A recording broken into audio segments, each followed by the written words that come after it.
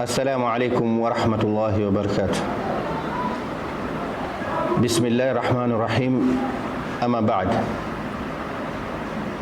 katika barnamaji yetu ya silsila katika mwezi mtukufu wa Ramadhan ya kuangazia masala ya kiuchumi na mahusiano yake na athari yake katika jamii,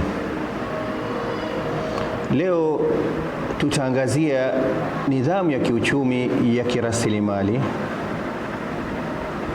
Na nidhamu yoyote katika maisha ya mwanadamu hujengwa juu ya msingi maalum, na msingi yoyote ile pia hujengwa juu ya mtazamo maalum uliojengwa juu yake ile msingi.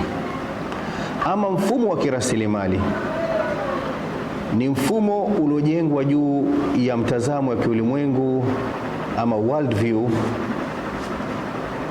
ya kisekula. Kwa mukhtasar, secularism ama secular thought, itikadi ya kisekula, ilizalishwa baada ya thaura ya Europe, the European Revolution.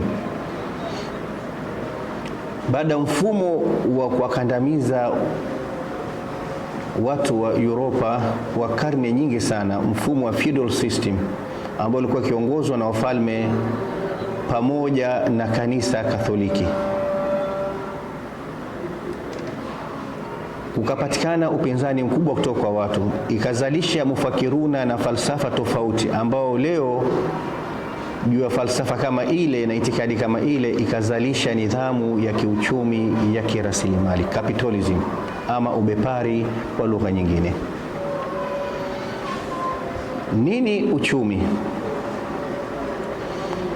Ama kwa mfumo wa kirasilimali, uchumi ni katika kusimamia uzalishaji wa bidhaa na huduma, production.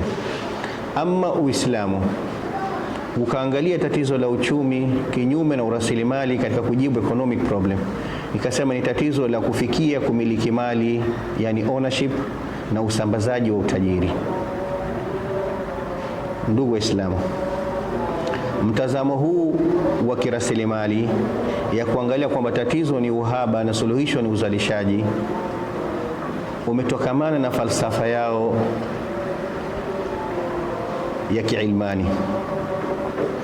Kwa mukhtasar, fikra ya kiilmani ni fikra iliyoanzishwa baada ya mapambano ya thaura ya Europe, the European Revolution, ambao uliojenga mafhumu mpya juu ya purpose of life, yani kwa maana malengo ya maisha ya hapa duniani.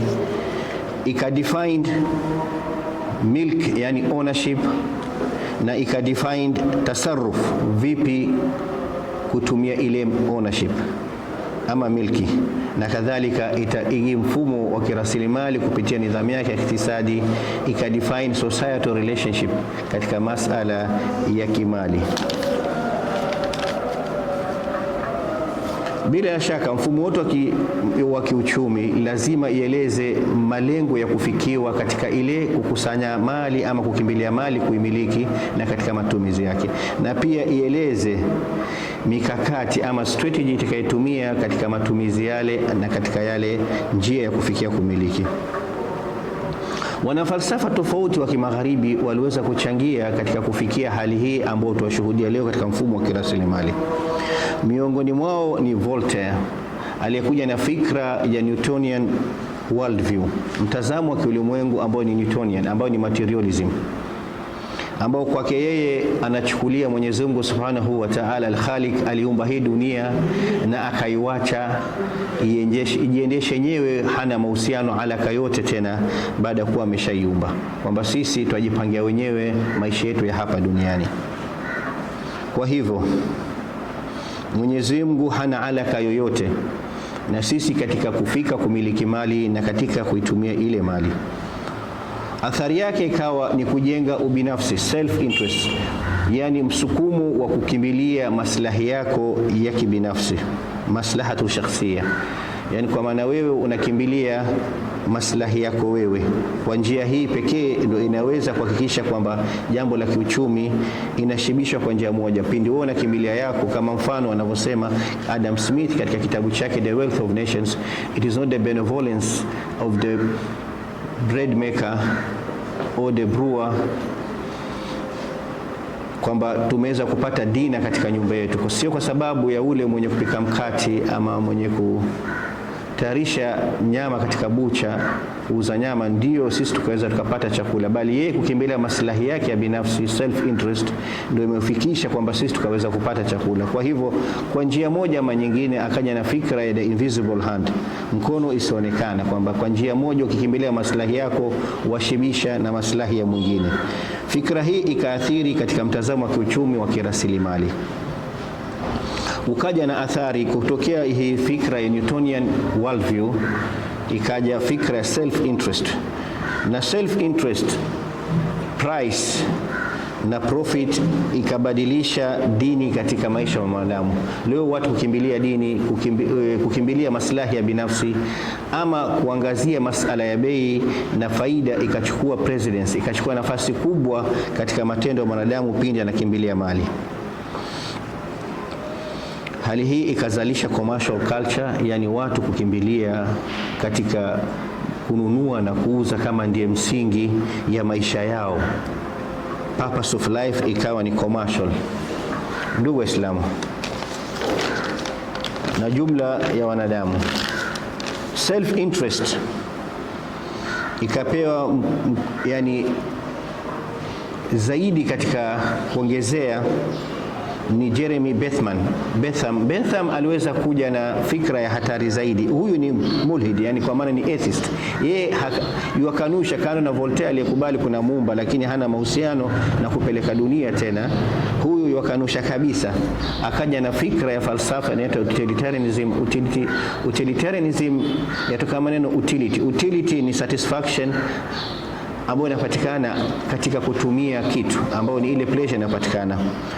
Huyu akaja na moral setup ya utility theory, ambayo utilitarianism philosophy, ambayo inakuja kukudefainia ama kukueleza ipi zuri na ipi baya, yani ipi khairi na ipi shari, ipi hasan na ipi kabih kwa mujibu ya falsafa yake. Akasema kwamba pleasure, starehe ndio zuri na maumivu ndio baya, kwa maana yani pain is bad and pleasure is good. Kwa hivyo katika matumizi ya vitu ya bidhaa na huduma, itakayekupa wewe maximum pleasure, basi hiyo ni katika good, na yoyote ile itakayokufikisha katika maumivu, hiyo ni bad.